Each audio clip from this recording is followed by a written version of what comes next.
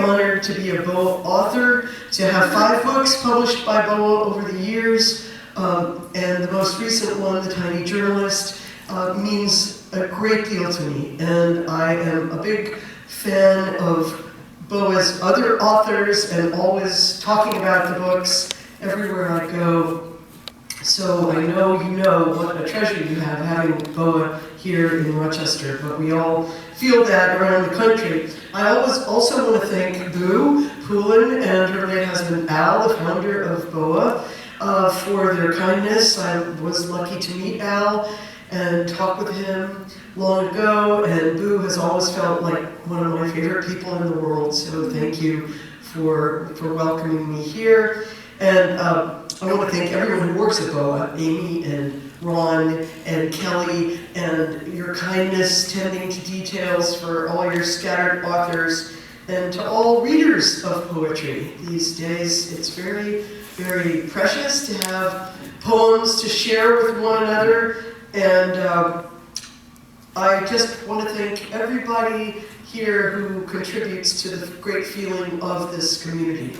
Of course, Rochester is so famous in so many different areas, from photography to music to pharmaceuticals to all kinds of things, that there's a sense about Rochester that it's kind of a magical place for someone to get to come and just think about the history here. So thank you for coming out tonight. Only 2 days ago, back home in San Antonio, I received a mysterious package from British Columbia from a poet named Dorothy Field.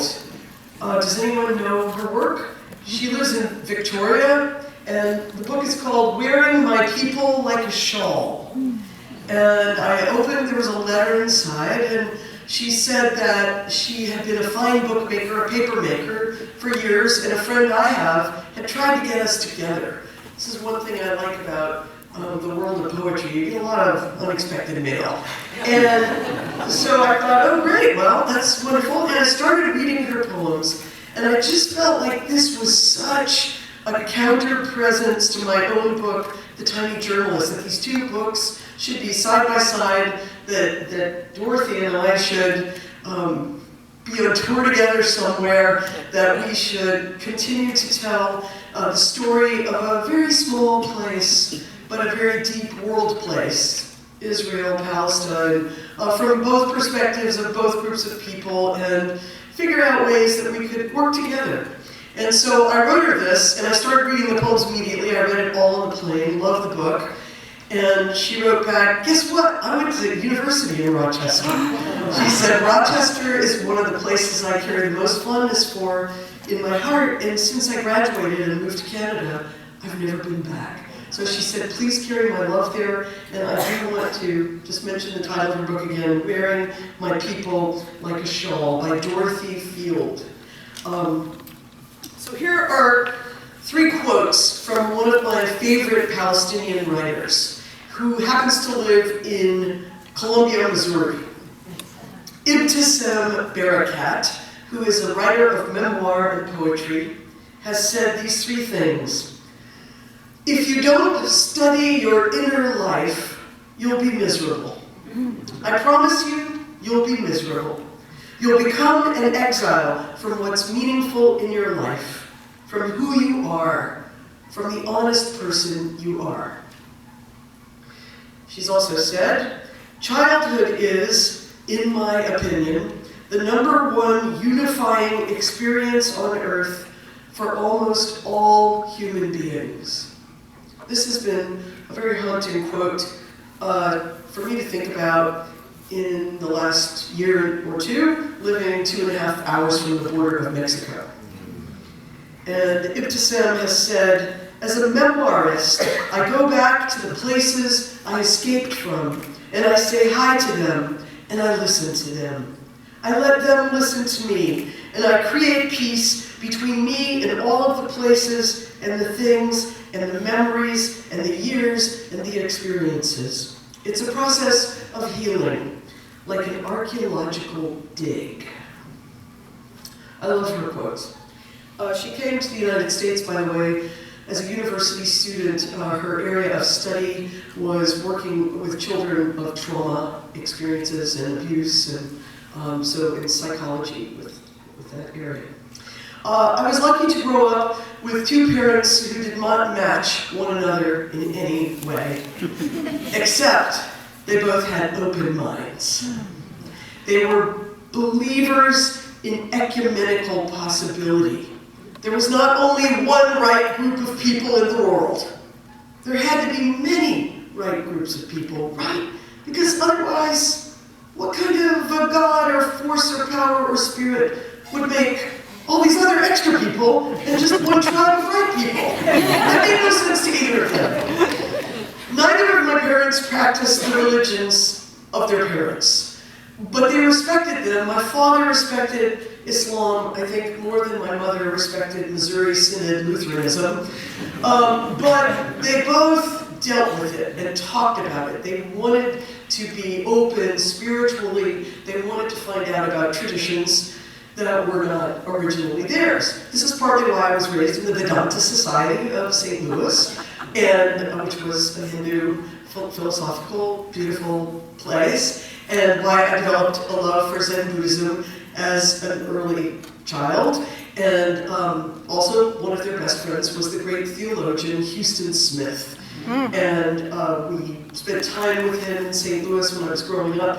Some of my first earliest memories are playing with his daughters in their closets. And I remember him saying to me when I might have been 4 or 5 years old, "I love both your parents because they really know how to ask questions."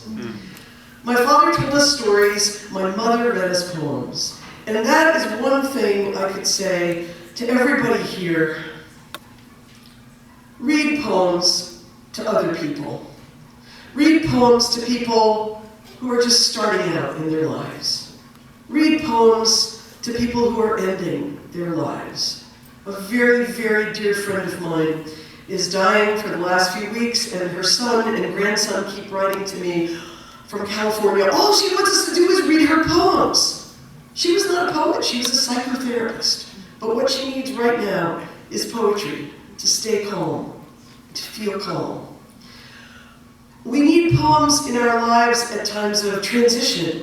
Why are poets always being asked to read at memorial services, weddings, birthdays, New Year's parties? Always, that's when we're called into service. But we need poems all the time to help us pause, to help us think, to help us live. Today, Bill was kind enough to organize a workshop over at St. John Francis College of a mixed age group of people. And it was a really wonderful hour with people from middle school age to elders. And college students were in there, high school students were in there, some members of the community were in there. It was quite wonderful. And I remember, I felt as we were driving thinking, I feel like we were there together 4 hours. It just felt deeper than 1 hour. And I remember always feeling that as a child when my mother would read poems to me. My mother was not a poet, she was a painter. She had gone to art school. But she thought kids needed to hear the kind of language in poetry.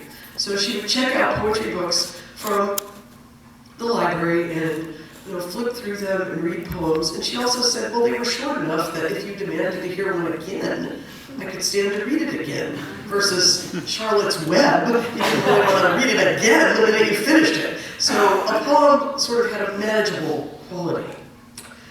Poetry is a humanizing art. It takes us into other people's lives. It's a human voice trying to say something true. Poetry is not trying to get your vote. It's not trying to stash away large sums of money. It's not trying to win favor in any bigger way than a human-sized way. And I think we all need it. I think we feel better when we hear it. We feel as if a pause has come into our hours, and we feel as if we're restored to something essential within us. And we do not have to be experts in poetry to feel this. I've often said how much I love things like jazz, ballet, and I'm not an expert at all in either area, but I just like to be in the presence of those arts. I feel uplifted to know what music can do, what a body can do. So my father would tell us stories from his home, his earliest days. He had been made a refugee with his family in 1948, and it was deeply traumatizing to him. He was 21 years old when it all happened. His family home was seized at gunpoint. You know, people often ask Palestinians things like, why did you leave? Well, you know, if someone came in my house in Texas with a lot of guns and said, you need to leave now, I probably would leave. But I would hope I could come back. My father's best friend was killed in his presence. This was a traumatic experience so great that he would never, ever speak of it. But his brothers talked to me about it, his mother, I learned about it other ways. But this was especially traumatic for my father because he had grown up with so many Jewish friends. And he would always say to me, oh, people are making divisions between us. This is not right. We are sisters and brothers, we're cousins. And there used to be a tradition. My father grew up in the old city of Jerusalem. And there used to be a tradition with kids after dinner that they would go out into the streets. Armenian, Greek, Jewish, Arab, Christian, Muslim, didn't matter. And they would all take desserts with them. And they would trade the desserts. And he said everybody liked everyone else's desserts better. So he wrote about some of these things in two of his books, The Taste of Palestine and Does the Land Remember Me? A memoir of Palestine, which was published by Syracuse University Press. And I remember that because he was so proud also to have a book published in New York State. My